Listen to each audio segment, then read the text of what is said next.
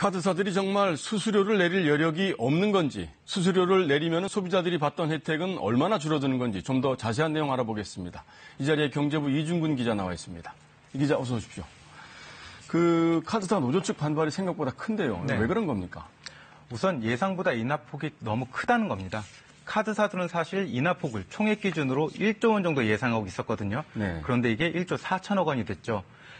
정부로서는 최저임금 인상 등으로 인한 자영업자들의 부담을 줄여주기 위해서 예년보다 좀 더 깐깐한 기준으로 수수료를 조정한 게 사실입니다. 네. 그러니까 카드사들이 부담이 커졌다고 말하는 것도 어느 정도는 사실이라는 겁니다.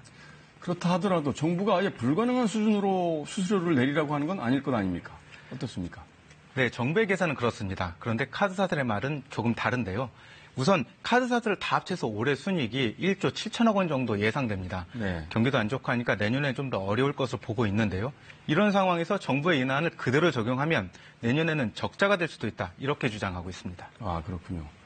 그래서 정부가 하는 얘기가 카드사들 마케팅 비용을 줄여라 이런 거 아니겠습니까? 네, 이거는 그렇습니다. 타당해 보이는 지적인데 어떻습니까? 우선 카드사들의 마케팅 비용은 해마다 늘고 있는데 지난해 기준으로 6조 1천억 원 정도 됩니다. 예. 정부는 이 비용이 카드 수수료로 전가되고 있다 이렇게 보고 있는데요. 할인이나 포인트, 무이자 할부 같은 혜택들이 여기에 포함됩니다.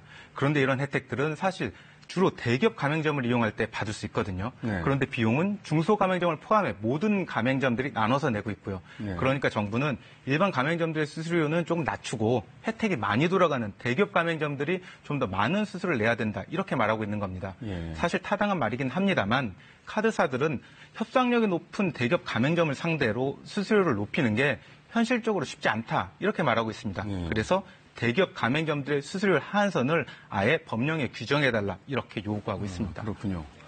일단 카드사들이 이제 볼멘 소리를 하고 있는데 어쨌든 정부 안을 안 따를 수는 없는 거 아닙니까? 네, 그렇습니다. 우선 매출액 30억 원 이하 가맹점들의 우대 수수료율 이건 시행령에 들어가거든요. 네.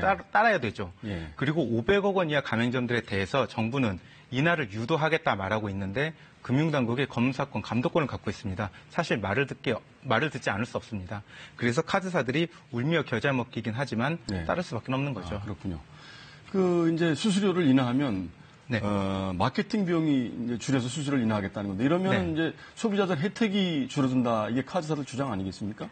혜택이 어느 정도나 줄어드는 겁니까? 네, 우선 당장 혜택을 줄이기는 좀 어렵습니다. 우선 소비자들의 눈치도 봐야 되고요. 네. 그리고 혜택을 줄이기 위해서는 약관을 바꿔야 되는데 한 번 정해진 약관은 3년 안에 바꿀 수는 없거든요. 네. 그래서 우선 새로 출시되는 카드들부터 혜택이 줄어드는 상태에서 시장에 나올 걸로 보고 있습니다. 네. 기존 카드들도 물론 단계적으로 혜택이 조금씩 줄어들 걸로 보이고요. 그리고 연회비를 높이는 방안도 고려하고 있는데 이 역시 당장은 어려울 것 같습니다. 네, 그렇군요. 이준근 기자 오늘 설명 잘 들었습니다.